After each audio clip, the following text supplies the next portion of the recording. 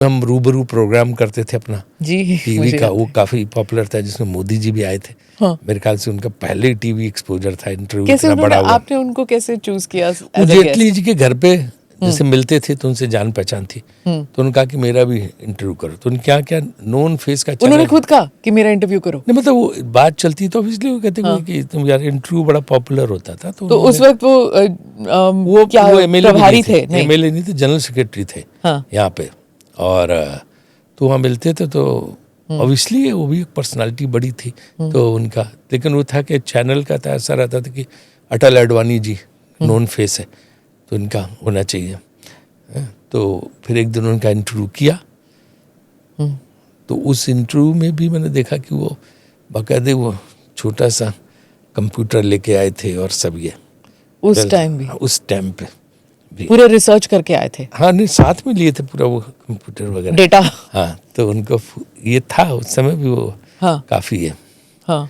मतलब जो। पर आपको लगा था उस वक्त कि आगे जाके ये सीएम बनेंगे, पीएम बनेंगे? बिल्कुल मुझे नहीं लगा था कि सीएम या पीएम बनेंगे, उस समय बिल्कुल नहीं लगा था। और उन्होंने कहा भी उस इंटरव्यू में कि मुझे चुनाव की राजनीति करनी ही नहीं है, मैं तो सिर्फ संगठन की राजनीति करूंगा, मैं चुनावी राजनीति में मुझे जाना ही नहीं है, ये उन्होंने बोला था उस इंटरव्यू में। कुछ जेटली जी की तरह ना, वो भी चुनावी पॉलिटिशियन नहीं थे, वो मतलब वो बैकरूम या स्ट्रेटजी वाले थे। फिर वो संगठन के आदमी थे, संगठन पे ज्यादा ध्यान देते थे। जेटली जी का ऐसा नहीं था कि चुनावी राजनीति नहीं करेंगे, इन्होंने तो कहा था मैं चुनावी राजनीति नहीं करूंगा। जेटली जी का था कि चुनावी राजनीति का, वो उस तरह के, जेटली जी का क्या था कि भाई चुनाव लड़ना जीतना या हर एक का एक अलग अलग हुनर होता है। तो जेटली जी का हुनर था कि उन्हें हर चीज में बहुत शार्प सब कुछ ही है बोलने में से, तो वो उसमें जो बैकरूम पॉलिटिक्स करते हैं उसमें वो एक्सपर्ट थे। लेकिन धीरे धीरे चुनावी राजनीति में, पर आपको लगा लेकिन था हम और उसमें? जेटली जी साथ साथ पहली बार राज्यसभा में आए 2000 में। अच्छा। हाँ हाँ हाँ हाँ। तो आप उत्तर प्रदेश से आए थे उस वक्त मैं ना? यूपी से आया था, वो गुजरात से आए थे। गुजरात से।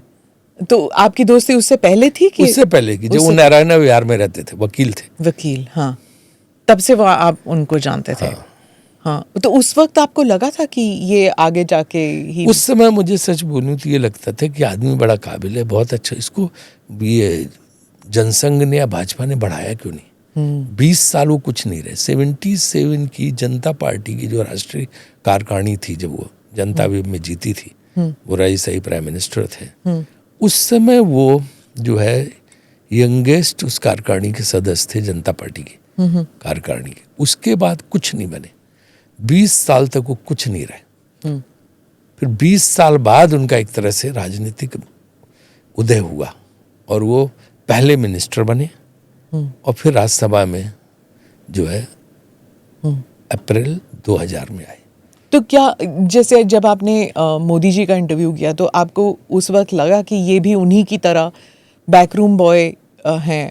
और वो बैकरूम बॉय की बजाय ये तो बैकरूम स्टेट से, मोदी जी संगठन के व्यक्ति थे, संगठन कैसे बढ़ाना है, राज्यों में कैसे जिताना है, ये सब काम करने में थे। लेकिन वो जो है ये खुद कहते थे कि मैं ही, मतलब ये चुनावी राजनीति या पद इन सब पे नहीं आऊँगा, ऐसा उनका मानना था। लेकिन वो एक सिचुएशन ऐसी बनी कि उनको गुजरात जाना पड़ा, वहाँ से जो खुला उनका रास्ता, वो देखिए आज तक यहाँ बैठे। पर आप उनसे मिलते जुलते थे? हाँ, मिलते थे उस दौरान। हाँ। पर जब आप ऐसे करते थे, और वो हमारा इंटरव्यू भी उनका जो रूबरू हुआ था हमारे दफ्तर में, मालवीय नगर में हुआ था। शिवालिक में ऑफिस होता था, स्टूडियो जैसे यहाँ है नीचे, वैसे बेसमेंट में स्टूडियो था, वहाँ वो आए थे इंटरव्यू देने। नमस्ते, जय Hind. You're watching ANI podcast with Smita प्रकाश। अगर हम उसको मस्जिद कहेंगे तो फिर विवाद होगा।